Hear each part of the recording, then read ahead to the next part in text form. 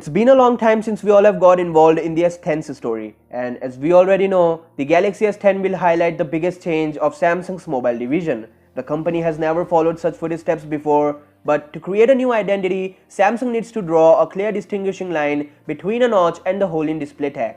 When we talk about screen holes, we have a very good idea of that. Obviously, the Galaxy S, Huawei Nova 4 and the V20 are on their paths to touch the markets very soon. The only thing that takes S10 to a next level imagination is its exclusive laser technology for an OLED screen. I just made a video on the S10's profile, and today XD developers have some more accurate data for us.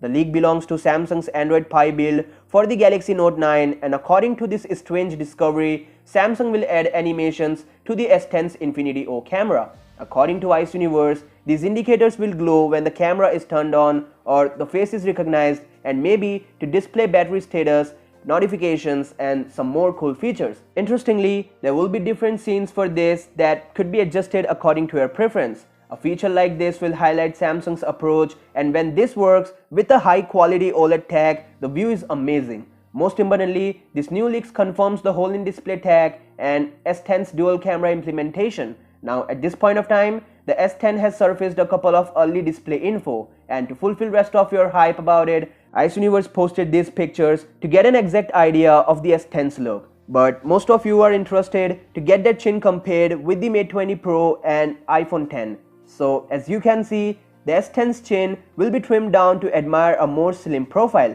The upcoming beast already surpassed iPhone's and Mate 20 Pro's approach. However, the iPhones still maintain a more tight view, but to be very fair, Samsung will introduce S10 at a much lower price compared to the iPhone XS, and here S10 is the proper winner. That said, for daily updates like this, you know what to do. Peace out.